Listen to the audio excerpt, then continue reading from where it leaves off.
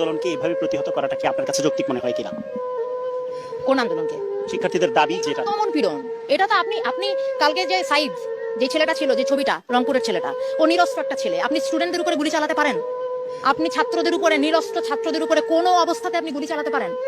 এটার জবাব প্রশাসনকে দিতে হবে। বাংলাদেশের মানুষ এটা জানতে চায় যে আমরা একটা প্রাণের কথা বলবো, একটা দাবি তুলবো, আপনার সেটা পছন্দ না হতে পারে, আপনি বাহাস করেন আমার সাথে, আপনি আমাকে কথা বলতে দিবেন না, আমি কথা বলবো, আপনি গুলি করে মারবেন। ও একটা মায়ের বাচ্চা, ও একটা বোনের ভাই, আপনি ওকে মেরে ফেলছেন, এটা একটা কথা হলো?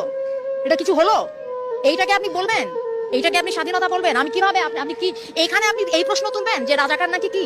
এগুলি হচ্ছে আপনারা বহুদিন ধরে এই কার্ড খেলে যাচ্ছেন, মুক্তিযুদ্ধ আর কি।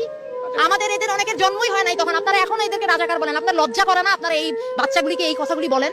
আপনারা লজ্জা করে না যে কেন এই ছাত্র গোষ্ঠী এরকম একটা আশ্রম? আমরা কোথায় কিছু একটা ন্যায্যতার, কিছু একটা অধিকারের কথা বললে আপনারা বলেন যে রাজাকার? আরে আশ্চর্য কথাবার্তা! আমার স্বাধীন দেশে আপনি আমাকে, আমি আমার ন্যায্য অধিকারের কথা বলবো, আপনি কথায় কথায় আমার মুখে